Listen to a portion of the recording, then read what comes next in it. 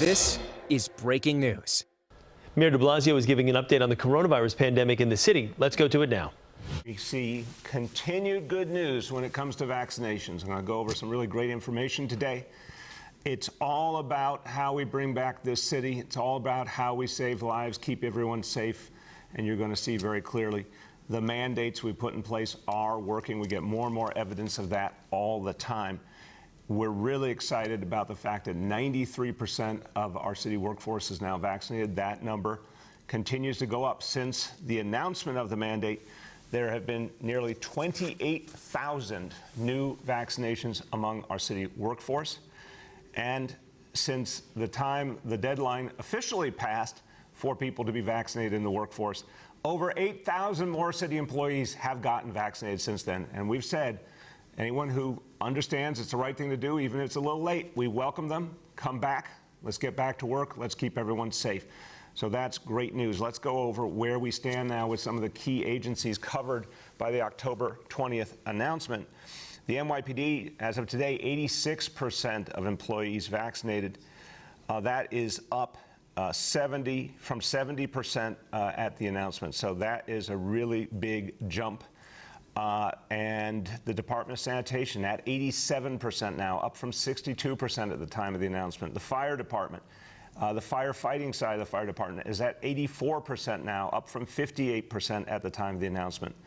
And within EMS, 91% vaccinated, up from 61% at the time of announcement. 30% jump in the course of a few weeks because we had a mandate. I want to thank again all our public servants who made the decision to get vaccinated. I want to welcome those who have not yet made that decision to do so. We need you. Let's move forward together. We also have an update on the number of employees placed on leave without pay. Back on November 1st, that number was 9,000 employees on leave without pay. As of this morning, only 2,600 employees are on leave without pay at this point. So obviously, a lot of employees, upon recognizing the opportunity to keep serving the public, keep getting paid, and be safe, keep their families safe, keep their colleagues safe, keep the people they serve safe, they made the decision to come in and get vaccinated. So 2,600 employees on leave without pay from this current mandate. Very, very small piece of our public workforce. We do have 12,400 reasonable accommodation requests pending. Those are going to be worked through. Those are going to be looked at individually. There is an appeals process. Look, what we know from past practice with other agencies, some of those will be approved, a good number will not be. Then people will have the choice, of course, get vaccinated, come back to work, and I do expect most people are going to take that choice based on everything we're seeing here. Most people will ultimately make the decision to get vaccinated, and we welcome that. This is further proof of why this city is the safest place to be in America right now. We are so happy this week. The international tourists are coming back. You can feel it already, the impact on the streets of this city, on the restaurants, hotels, Broadway, everything. The international tourists are back, and people are coming here, including from all across America, because it's the safest place to be, because we have the highest level of vaccination, including in our public workforce. The mandates have made everyone safe, and they're encouraging people to come visit. They're encouraging office workers to go back to their offices. A lot of progress because of the mandates. Now, let's talk about the other really exciting news this week, our 5 to 11-year-olds reaching the youngest New Yorkers. This is so exciting. You know what? We are seeing something great with the vaccination effort in our schools. We honestly thought this would be a helpful piece, a helpful component to have vaccinations in schools. But as I've said, when we judge from the older kids, we didn't see a lot of parents coming to school to get their kids vaccinated at the school building. Well, we're seeing the exact opposite with the younger kids. Yesterday, over 5,800 vaccinations given in our school buildings. And that's astounding. In just 2 days, over 10,000 vaccinations at sites in New York City public schools. This is really wonderful. I want to thank everyone in our school communities and, of course, our heroic vaccinators. We're reaching so many kids, making families safe. So this school effort is amazing. We're going to continue to have 200 sites available today at public school buildings that have 5 to 11-year-olds in them. We're going to pick up again on Friday. Tomorrow, of course, is Veterans Day holiday. We're going to pick up again on Monday, and then we're going to keep adding if we see places that need more. We also have 24 of our vaccination mobile units out supporting these sites, and we're going to keep shifting personnel, vaccine, whatever we need to the sites where there's a lot of demand. We really want to encourage parents to come in. If this is the way that works best for them, that's great. We will accommodate them in our schools. Here's the fact so far since the vaccination effort began. And it's been really 5 days now that we are counting, 6 days. We have had 31,337 young New Yorkers vaccinated. 31,337 of our 5 to 11-year-olds vaccinated already. This is just a few days into the effort. You're going to see a lot more. And I want you to hear from someone who has done so much to promote vaccination. He's done so much to fight for vaccine equity. And he has a child himself and can talk about what it means for parents to know their kids are safe. He always has something interesting to say. My pleasure to introduce the Borough President of Queens, Donovan Richards. Good morning, Mr. Mayor. How you doing? I'm feeling good. How are you? Where are you? Good. I am at the Elmhurst Education Campus this morning. We just wrapped up cutting new ribbon on a brand new playground for the kids here in Elmhurst. And as you know, Mr. Mayor, this community was hit very hard during the pandemic. But I guess it's fitting that I'm here at a school this morning cutting a ribbon and talking about vaccines. And, you know, obviously I'm the father of a 5-year-old, D3. And, you know, my wife and I have already discussed getting him vaccinated ASAP. To ensure that he can be a part of a safe learning environment. And, you know, you sort of think about the challenges that many of our children had over the course of the last 2 years, being stuck in the house, being stuck doing remote learning. And we want our kids to be able to learn in a safe and conducive environment where they get the social and emotional support that they need. And obviously for parents, I mean, we need to be able to do what we need to do as well. And I know many parents were anxious to get their kids back in school as well. So I am urging all residents, all parents, loved ones of children to get their children vaccinated. I already promised D3 some ice cream when he takes the vaccine and cake. So that's an incentive I think that he'll enjoy as he gets vaccinated over the course of the next few days. So I want to thank you, Mr. Mayor, for your partnership. Queens continues to lead the city in vaccinations, and that is partly because of the partnership with you and the health department and so many of our other government partners across the borough, and really having that hard conversation and pushing that conversation on vaccine equity so communities like Elmhurst and Far Rockaway have the very resources they need to succeed. So I want to thank you. Look forward to working. Get your jabs, get your kids jabbed, and let's continue to see these rates go up. Queens has hit over 1.7 million vaccinations, and we still have a long way to go to ensure that all 2.4 million residents are vaccinated. So thank you, Mr. Mayor, for having me this morning. Thank you, Borough President. Thank you for the very innovative ice cream incentive program that you've established in your own family. D3. Wait, Mr. Mayor, what? You could think about this too. Like, you know, you should maybe roll out a citywide, you know, ice cream incentive as well. For kids who get a jab. You're an innovator. I want you to know that. And I also notice it always comes back to food with you. This has been a running theme. Get your shot and get an icy pop. There you go. There's your thing. And it rhymes. Thank you. You're doing the branding too. I really appreciate that. Well, please, I send my salute to D3. He's leading the way, showing the kids of this city that it makes sense to get vaccinated. Send out a photo when you do that, Donovan. The world wants to see that. All right, everyone. Listen, thinking about our families and thinking about everything we got to do to keep everyone safe. The holidays are coming up. All of us are looking forward to holidays with our loved ones, including a lot of folks we haven't seen in a long time.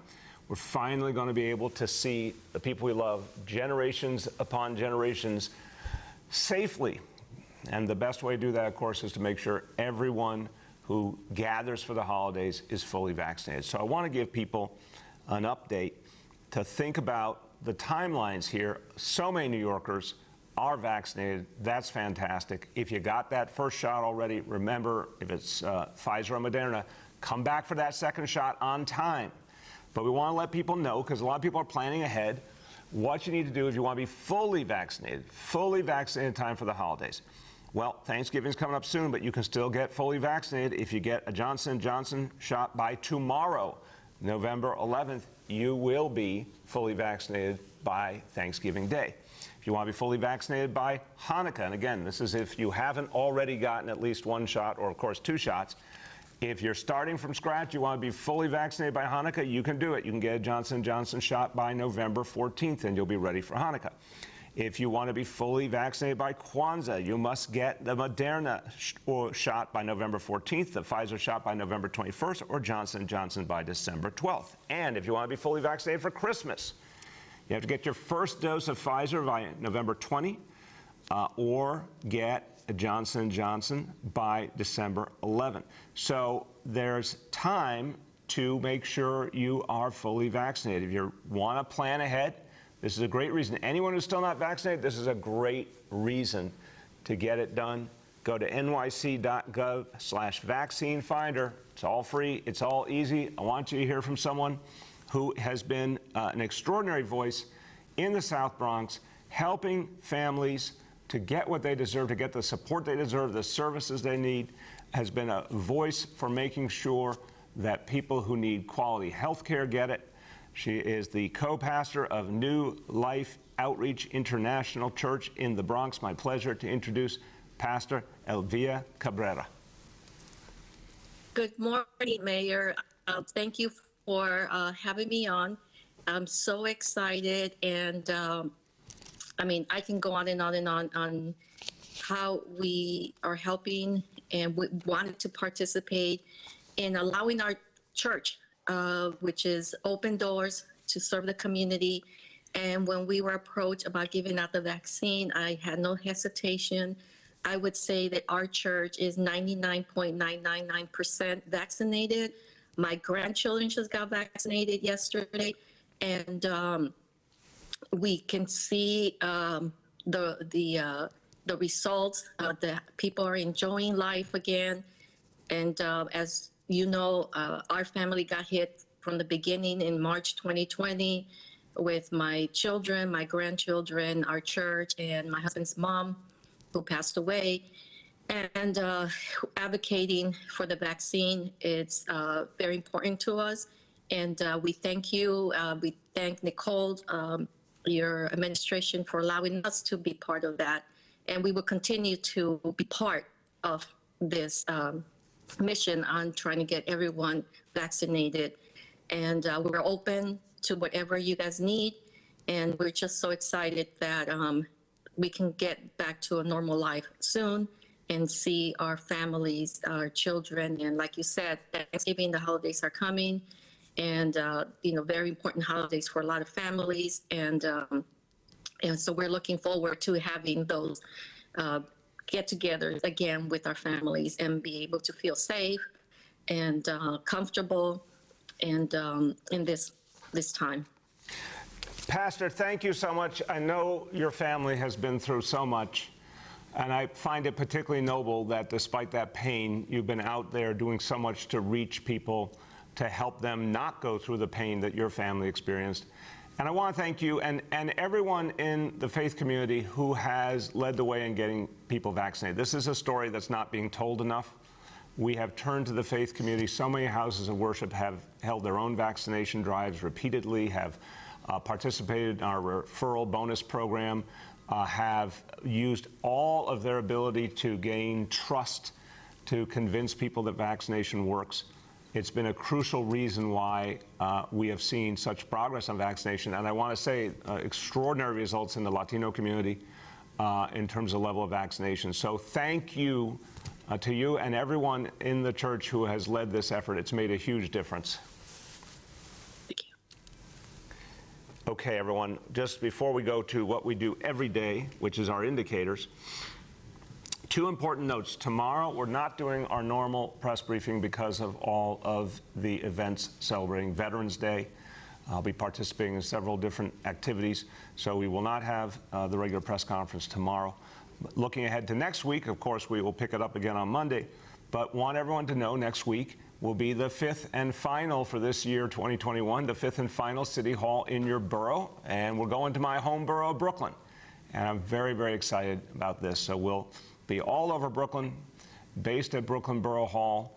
A lot of big announcements we'll be making next week that will have a long-term impact on Brooklyn, and we'll be getting out and around the borough. So looking forward to that. A really, really special week ahead. Okay, our indicators. And as you hear, really good news on the vaccination front.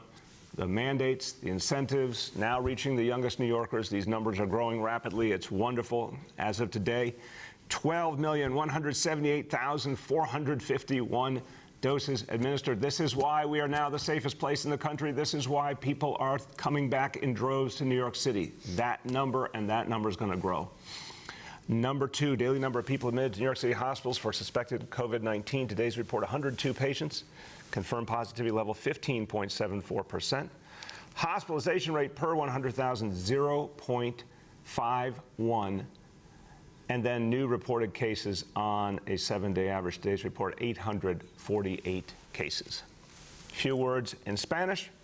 And the topic is getting vaccinated ahead of the holidays so families can get together safely. Se acercan los días de fiesta y por fin podremos celebrar juntos gracias a la vacuna. Vacúnese esta semana para estar completamente protegido para el comienzo de la temporada. Tengamos una temporada festiva segura juntos. With that, we turn to our colleagues in the media.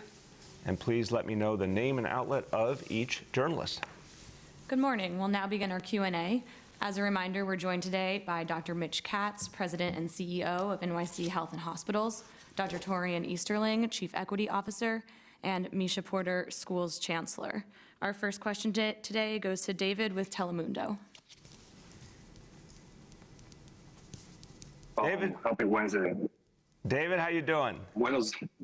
I'm doing great. Happy Wednesday. Buenos días. Buenos días a usted. Mayor, my question is, are you aware of the many fruit vendors selling their products on corners of the Big Apple? Some of them are mothers who carry their children on their shoulder to be able to make living. I want to ask you about that. David, look, this is a really important issue because it is part of the history and the culture and the life of this city that people have come here from all over the world, including my own grandparents, to establish a new life. And people get started on that new life in a lot of different ways, and that can include being street vendors. And we want to make sure people get that opportunity the right way. We've made some real changes and reforms to make street vending better and more available for folks who want to follow that opportunity. But we also need, as with everything in this big crowded city, we need some limits, we need some rules. And so what we want to do, and our Department of Consumer and Worker Protection is leading the way, we want to help as many people as possible to be legal street vendors and do things the right way. When they're not following the rules, what we tell people is we don't want to see any penalty for them, we just want to fix the situation.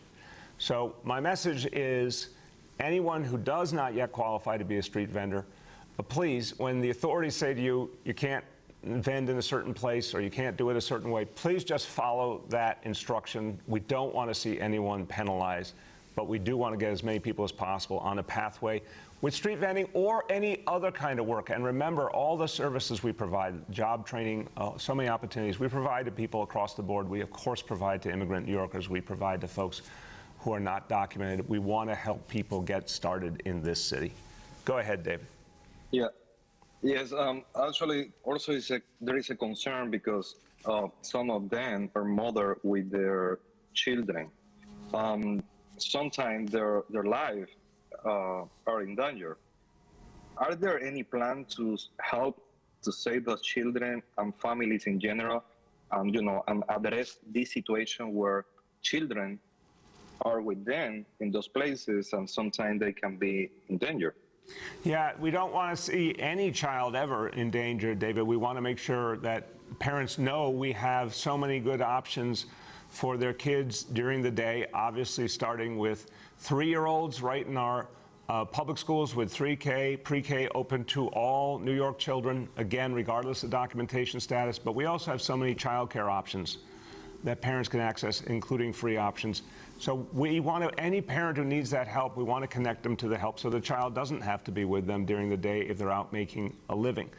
Everything we do, look, throughout this whole pandemic, but also even before, we provide health care for free for people in need through NYC Care. And David, I want you to remind your viewers that any New Yorker who can't access health insurance, including because they're undocumented, can access NYC Care and have a full health plan that they can afford or even get it for free.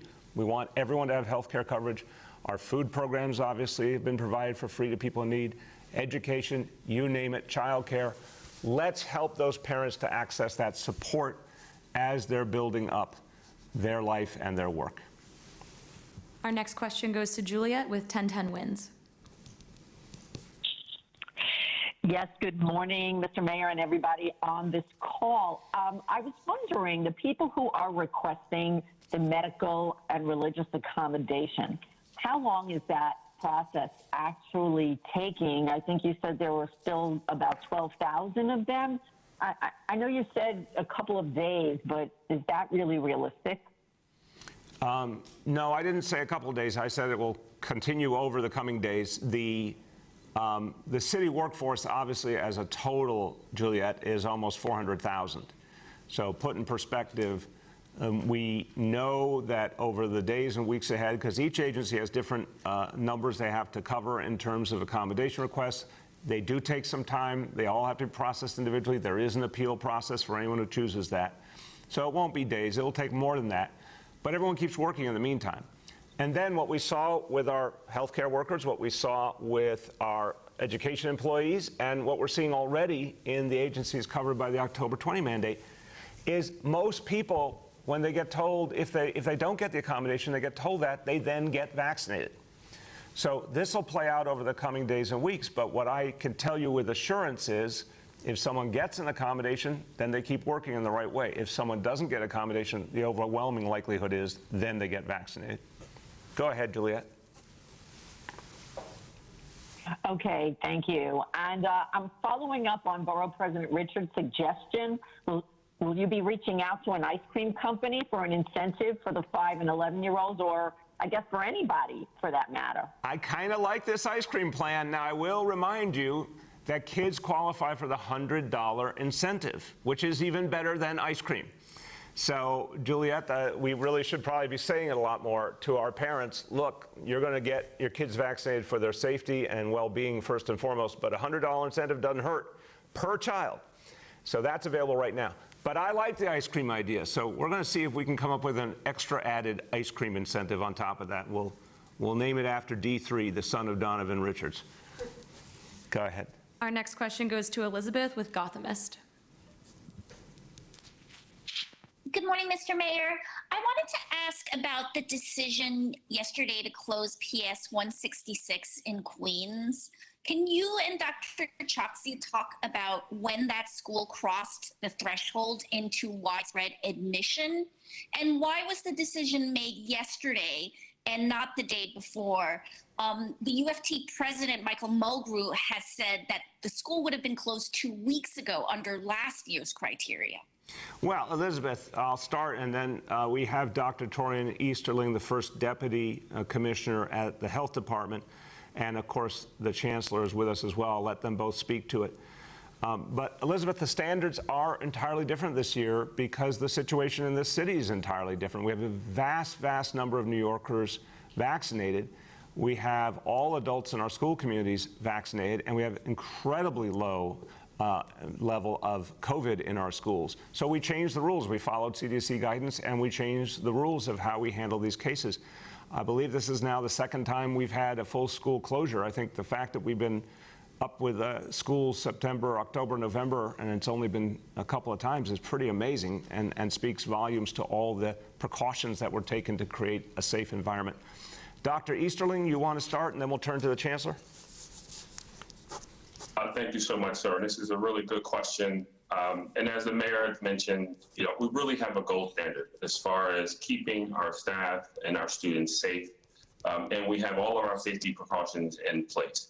And not only that, we really are looking at all of the guidance that have already been put out, not only by the Centers for Disease Control and Prevention, but also other professional organizations that have been clear that, having vaccinated individuals really have changed the rules, and we do want to follow the science and data here. And so we've been really making sure that we get all of the information. And Commissioner Chokshi has been clear that we work with our teachers and our staff to understand all of the information as best as possible to make a sound decision. And we obviously work with our colleagues at the Department of Education. And so we certainly follow the rules here, and I think this is the ways in which we want to reassure parents that we are keeping our kids and our staff safe. Thank you. Chancellor, you want to add? Yeah, I'll just add that this is an example of our gold standard approach to health and safety. We started the investigation immediately. I'm super proud of how the school leadership and PS 166 and the Situation Room, I'm so proud of them for acting so quickly. As you said, this is our second closure. It is November 10th. And so that means we're doing something right. Amen. Go ahead, Elizabeth. Secondly, on the accommodation requests, we've made repeated requests to your office to have those requests broken down by agency. Would it be possible for us to finally get that today? Yeah, we'll get that to you. I assume that's something that's quickly available today or tomorrow, whatever the quickest we can do, but we'll make sure it's accurate. But of course, and the good news is that, again, we see those requests being acted on. There have been 400 that have been approved so far. Obviously, for folks not approved, we're seeing folks right away choosing to get vaccinated. That's why you've seen that leave without pay number go down. That's one of the reasons it's gone down so much. So we'll get you an update about how that breaks out. Our next question goes to Michael with the Daily News. Good morning, Mr. Mayor. Morning, Michael. How are you? I'm doing okay today. I wanted to ask you about, and I know you had some questions on this debt to Kramer-Levin. Because it remains unpaid, Councilman Kalo said yesterday it should be viewed as a gift or, in his words, a bribe. And, those are pretty strong words. I wanted to see if you'd like to respond to that and give us your feeling on it. Yeah, I mean, that's absolutely inappropriate of him. I haven't seen his full comments, so I won't go any further than that. He's wrong, inappropriate, unfair. It's a debt. I'm going to pay it. We all have debts. It's part of life for so many of us. I'm going to pay it. The topic at hand is what's the right thing to do for New York City, and that's how I make my decisions. Go ahead, Michael. Thanks, Mr. Mayor. The follow-up to that, I want to ask you is there a payment plan in place here? I'd asked this to the press office yesterday and didn't hear back. I mean, and if there is a payment plan, what's the plan moving forward? We really, in the scheme of things, only very recently got the final rules on how to go about appropriately putting together the resources. It's going to take time. There's no question about it, but it will get done. Not yet, not today, but it will get done. Our next question goes to Aaron with Politico. Mr. Mayor, I'm just going to follow up on that question about the legal bills. Is there a reason you haven't made any payments to it? I understand that it's a lot of money and you don't have $300,000, just offhand, but are you on principle not feeling that you should have to pay any of that yourself personally out of pocket, and that it should only be coming from donors? Or, are you going to try to chip away just with, you know, the money that you're making in your salary at actually paying this debt off? It's a debt, Aaron, that I intend to pay. Realistically, I don't, I hope you know enough about me by now to say I do not have a lot of extra resources kicking around. I'm not like my predecessor, so I would have to raise the money, but I will over time, and I will pay it off. Go ahead, Aaron. Okay, thanks. And then I'll go back to the vaccine mandate. So you said 400 of the accommodations have been granted. So have any of them been denied at this point? And then when folks are granted the accommodations, I believe, if I remember correctly, for teachers, if they got an accommodation, they weren't put in the classroom, they were put in some other assignment. So are folks going to be able to continue to do their regular jobs unvaccinated if they get the accommodation, or are you going to have to move them to some other status? It obviously depends on the specific situation, Aaron. The schools were very different because we were so insistently trying to make sure, because of the many, many concerns of parents, that we had a very, very consistent approach to schools. And that's why we handled that the way we did. We had to show parents that everyone could come back safely. In other lines of work, there's different situations, different realities. So some people will be able to continue the exact work they're doing. Some people will have a different kind of work. We'll get you details on that. But I want to emphasize the accommodation process. It does take some time. The ones that are obviously 100% qualify, those are some of the ones that will get done first. The ones where it does not necessarily look like someone qualifies, again, people have an opportunity, employees can give more information. They can go through an appeal. Those will take longer. But we'll keep moving on this. And I think what you're going to see is most of the time, if there's not justification for accommodation, I think the vast majority of those folks will then turn around and get vaccinated. Our next question goes to Nolan with the Post. Hey, good morning, everybody. Good morning, Nolan. How you doing? I'm well, Mr. Mayor. We wrote a story a couple of weeks ago about how you're financing some major renovations at one of your properties in Park Slope, and I'm wondering how you've managed to swing that project while you still have several $100,000 in outstanding legal bills. Borrowing, refinancing and borrowing like so many homeowners do. That was the only way we could do it. It's a house, it's an old house. It's over 100 years old. It needed a whole lot of work before we could move back in, and that's how we're doing it. Go ahead, Nolan. Yeah, sure. Can you hear me? Yes, go ahead. All right, good. So explain to New Yorkers why you're financing a major project at your house when you still haven't paid your legal bills that go to a firm that does a great deal of work with people who have interests before the city government that you play a role in approving. I need a place to live. It's very simple. This is my house. This is where I live.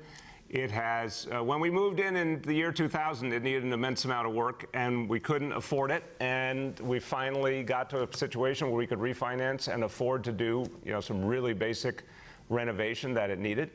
And I need a place to live, and my family needs a place to live. That's the bottom line. We have time for 2 more questions for today. Our next question goes to Bob with Chief Leader. Thanks, Mr. Mayor. This has to do with the timeline for employees that are still on an unpaid leave from the city payroll. In the November 4th agreement between the city and DC 37 and the Labor Committee, there's express language that says that as of December 1st, 2021, those that have not, they're in this category will unilaterally be separated by the city. I'm just wondering, what about workers in unions like the firefighters union, the law enforcement, the police department that have not signed on to any kind of agreement? What is the drop dead deadline in terms of being severed from city employment? Bob, look, we still have an open door to unions that want to come in and do that impact bargaining and come to an agreement. We had 23 unions since the October 20th announcement that have come to agreement with us. It's a striking number, representing over 100,000 employees.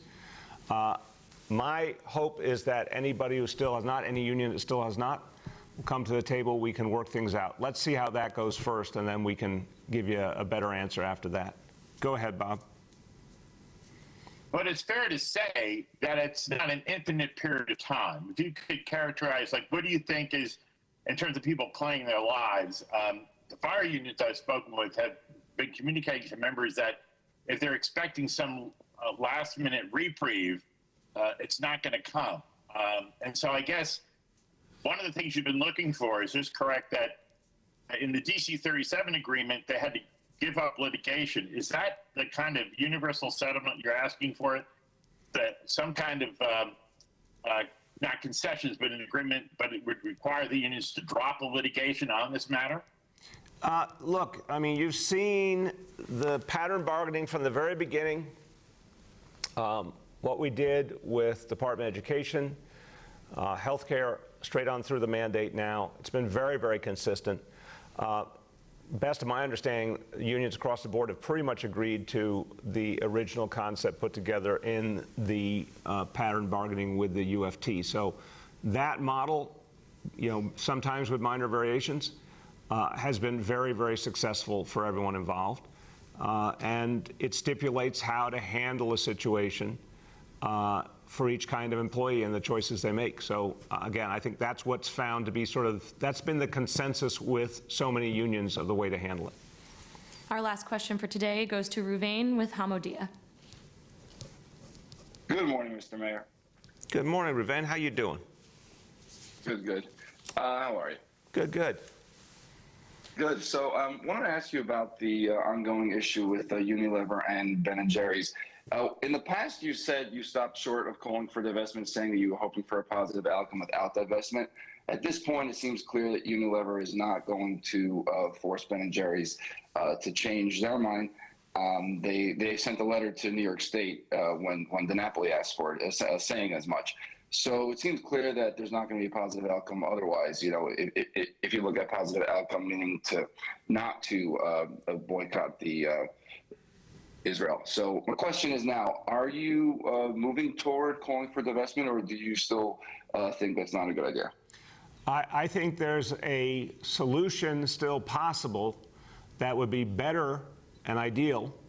If there's no willingness on Unilever's part, then that's a different discussion. So this is what I'd say simply. I've looked at their statement. They have condemned BDS. That's crucial to me. I oppose BDS across the board. And I think we have to be very clear about the dangers of the BDS movement, the fact that it undermines the possibilities of peace for Israelis and Palestinians. Anyone who wants to see a peace process actually work should oppose BDS. Anyone who believes in the state of Israel and its historic place in the world should oppose BDS. I oppose BDS. Unilever says they oppose BDS. That's good. Now, what I would say before divestment is they should get one more chance to put their money where their mouth is and announce investments they will make for Israelis and Palestinians to help move forward the peace process, which really will have a huge economic component. If we're going to have peace, it will be, I think, largely through addressing a lot of the underlying economic challenges for everyone in the area. And international companies investing more in Israel is part of the answer. If they make that kind of commitment, I'd be very receptive. If they refuse, then divestment becomes a much more necessary option. Ruvain, go ahead. Yeah, so you're saying you would like to see Unilever make investments, but at the same time, you're accepting that they're not going to force Ben & Jerry's hand. Is that correct? Also, just wanted to point out, obviously, your term and Controller Stringer's term ends in less than 2 months. Do you feel any need to get this done before the end of the year, or are you willing to let this go into the next terms? The Controller-elect Landers made it clear he's not going to divest. I think it's a good time to push Unilever, to put pressure on them to invest in Israel, to invest in Israelis and Palestinians alike for the good of everyone in the region and the good of the peace process. I think they're feeling tremendous pressure. I'm proud to be one of the people who helped to create that pressure. Now the demand should be invest, the opposite of BDS. BDS takes money away from the people of a region that desperately needs investment and peace and economic progress. I think we should all use this as a moment, and I feel urgency about it, and I'll put my voice in and I'll talk to Unilever about it. Make a commitment to invest in Israel, move us forward, take a positive stance. Don't just say you're against BDS, do something about it, invest in Israel.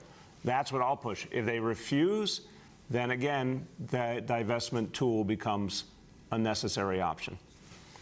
With that, everyone, let's just go back to where we started today. I think we have an incredible moment in this city. Here we are coming up on the holiday season. Everyone, so many people are doing the right thing, getting vaccinated now, parents getting their kids vaccinated. We talked about what you can do to get vaccinated ahead of the holidays. The city's getting safer all the time. Meanwhile, people are coming to the city now, international travelers. People are going to come here to see family and friends for the holidays, magical time of year. This city is moving forward rapidly. And everyone who wants to help it move forward, get vaccinated if you're not already. Make sure the people in your life are vaccinated. So that's something everyone can do. And one more thing everyone can do tomorrow, show the honor and respect we all need to feel for our veterans. As a child of a U.S. Army veteran who saw the costs of war, I saw the costs of war in his life up close, personal, painfully. I also saw the honor he felt in the service he gave to his nation. We need to thank the veterans that we know in our lives, the veterans in our communities. And the best way to thank them, do something for them. Offer that opportunity, offer a job, offer support if people need social services, mental health services, whatever it is. The City of New York is here for our veterans with our Department of Veterans Services. Tomorrow, remember to respect and support our veterans, and then every other day of the year, do the same thing. Thank you, everyone.